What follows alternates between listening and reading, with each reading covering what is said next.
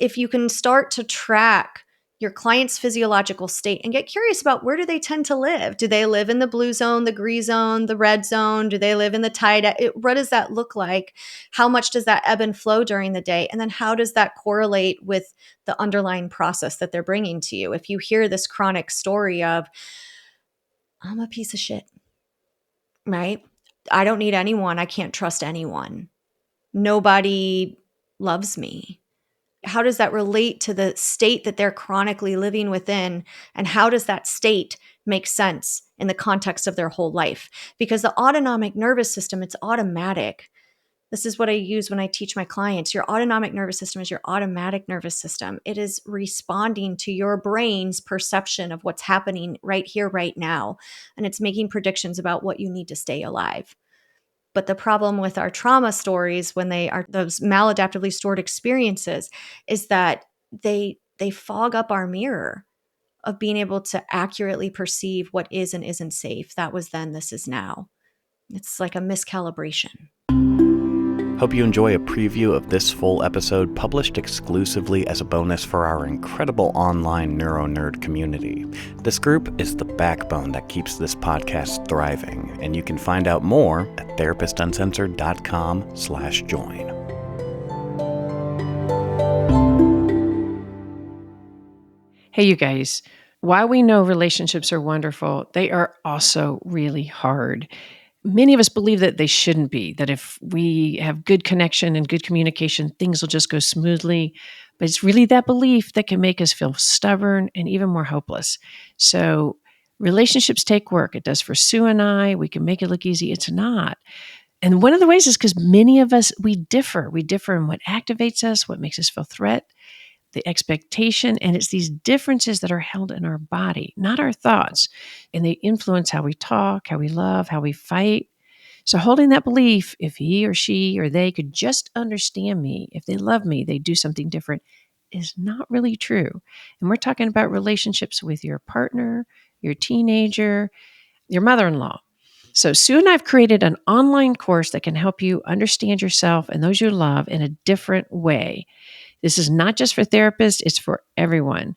Although the good news is if you're a therapist, you can get CEs along the way, and all of you can use the visuals and the worksheets individually, or you can even use them in your own private practice.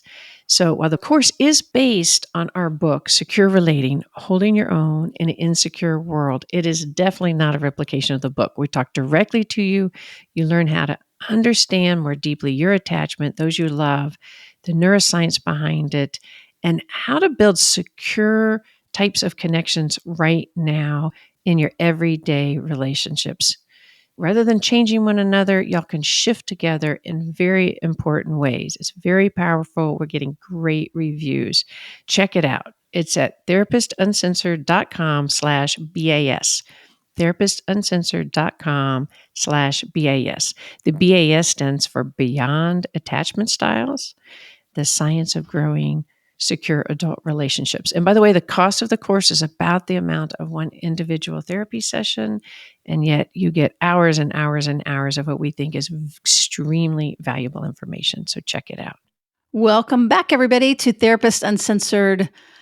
This is really fun because this is a follow-up conversation with Rebecca Kase about all kinds of nerdy neuroscience things. We did an introduction to interoception last time. And this time, we're going to do a more advanced conversation about interoception, specifically around implicit narratives and unconscious stories that we tell ourselves. This is the thing that we want to change in therapy. It's super important conversation. So definitely check the last episode out. And that'll give you a lot of the background. But we're going to just kind of dive in if that's okay. Welcome back, Rebecca. Hello. Glad to be here. All right. So we left off last time talking about story. And you had kind of made the point that based on how our body is, what data our body is giving, that we create a story about that, which is so true. You know, I did an episode with neuroscientist Joseph Ledoux. He's called the rat tickler. And he literally said, it's not that you see a bear and run and realize you're scared. It's that you run Your body gives you the message that there's danger. You run, your heart races, and then you fill in the story. Oh my God, I'm afraid of the bear. Porges talks about story follows state. So that's another version of this. Story follows state. So let's start with state then, and interoception, and give us a review / bring us along with the concept of interoception and anything else important related to neuroscience around state and recognizing state. So interoception is something that we all have in therapy world. I hear sometimes therapists talk about my client doesn't have interoception, and that's not true. We all have interoception. It's just about how aware of it are we in any given moment. Like we all have breath, but how much are you using and how aware are you of your breath is going to have a direct effect to kind of the quality of your life and how you're navigating the ups and downs of this thing we call, living. I like that. That's a bold statement. The degree to which you're aware of your breath is directly related to your quality of life. Uh-huh. I like it. I believe it is, right? Because when we are holding our breath, clenching the breath, our breath has a direct effect on physiological state. Going back to polyvagal theory, what we know about the relationship between breath, heart rate, how the vagus nerve gets all wrapped up in that. And that's why a lot of therapists talk about breath, although I don't know how many of us actually know, oh, this is what breath is doing to our physiology. But when we are experiencing fight or flight, your breath changes. And the change in the breath changes your heart rate, which changes how all of your bodily systems are functioning. When you are more in a freeze or shutdown state, when you're in a shutdown state, I should say, your breath can slow so much along with your heart rate that it puts you at risk of bradycardia. This was a big piece that sparked Porges's curiosity about the relationship of the vagus nerve and our physiological state. Is why are premature born babies at such risk of bradycardia, where your breath and your heart rate slow so much, you're in danger. So our breath does have a direct relationship to the quality of our life, of if you're holding it, how you're using it to change your state. This is what happens when we do 4-7-8 breathing or box breathing. We are trying to use our breath as a vehicle to change the physiological state. My favorite thing about that is that, there's all these things about optimization and, optimizing your hormones or how do you optimize your dopamine? And then people want to sell you supplements and sell you programs and things like that. And what I love about this is it's free. It's available to everyone, which is part of why I think both of us are passionate about getting the word out about the neuroscience. So no matter where you're listening, learning to practice managing, recognizing, using your breath is free. It is free. Free tip, but it's a free and available for everyone and won't run out. So it's great. There, when it does run out, well, that's a whole other story. That's a whole other story. We're not using physiological state doesn't matter so much anymore. But when we come back to some of the basics from this wellness culture, I'm sorry, I feel like we're getting off a tangent, but I feel like this is important stuff. But wellness culture wants to turn everything into a commodity and charge us tons of money for it. But the reality is the things that are good for your nervous system, that your nervous system needs, pretty much all of us can access. Now, maybe, based on your financial status, you can't access, all organic foods from locally sourced butchers and grass-fed, danced around in the sun all day beef if you're eating meat, right? But that doesn't mean you can't make choices of what am I eating? How am I moving my body? How am I treating my sleep like it's something sacred? And how am I using my breath? And don't forget to drink enough water. Like these are all things that our neurobiology needs, and pretty much everybody has access to these in some shape or form. And yes, there are certain situations where you're not going to have as much privilege to all of the access, but you still have access and you can make choices of how you work with these basic principles of what your nervous system needs. That's wonderful. And by increasing our awareness, why don't you keep going beginning there?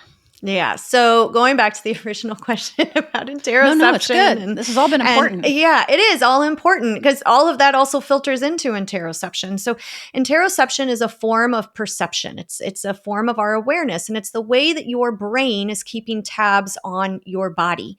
So your brain's job is to make predictions all day, every day. That's its job, to take in all the information, to take in all the data externally and internally, and make predictions about what you need to get through that moment, to get through the day, how you need to spend your metabolic resources, what physiological state is going to match the situation. So, for example, the bear, your brain takes in this perception of there is a bear, and in a certain context, because not in all contexts do you see a bear and you say run. If you're at the zoo, I was in Alaska where we went and we sat kind of close to bears, watching them eat out of a river. And initially I was like, that sounds terrible. I don't think I could, that does not sound safe. But the context Right. I spend a lot of time in Asheville, and we have had a wonderful, wonderful time watching the bears and the cubs, and even being, turning a corner on a hike, and, having a bear like fake charge you and stuff like that. So you're totally right, but it's all the context. Yes. And so your nervous system is taking in the context. Oh, wait. Here's another context thing. Okay. It's related to the bears.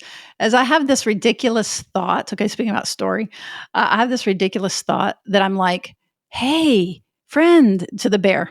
It's just me. I'm actually a good guy. That story could be quite dangerous. And get me in a lot of trouble. But I'm sorry, go right ahead. It could be. My husband is also like this. He sees an animal out in the wild and he just says, "Hi, friend." Yes.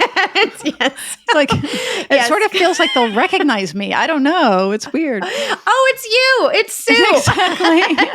Wink, wink. I heard your podcast last week. Yeah. Read your book.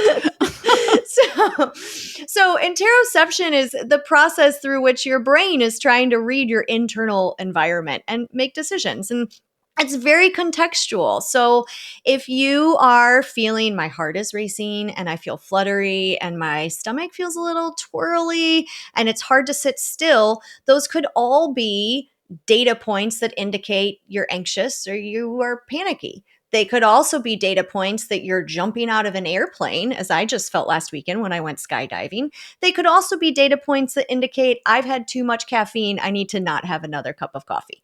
So it's all about your brain is going to perceive this physiological data, and then within the context of your environment, it's going to say, oh, I think that is about this. So that means I need to do this. So yeah, when you're on a hike and you see a bear and it's far away, you don't have the same response because your brain says, oh, this is how I'm feeling inside. This is the context. I don't need to run. Versus there's a grizzly bear standing on its hind legs in front of you yelling, and you're in a very different context, and your brain perceives this is dangerous. Let me change my physiological state so that I can survive. Thanks for listening to this preview of bonus content. If you would like to continue with the episode or to support free worldwide access to important material like this, you can join our online community for as little as $5 a month at therapistsuncensored.com/join. Thanks.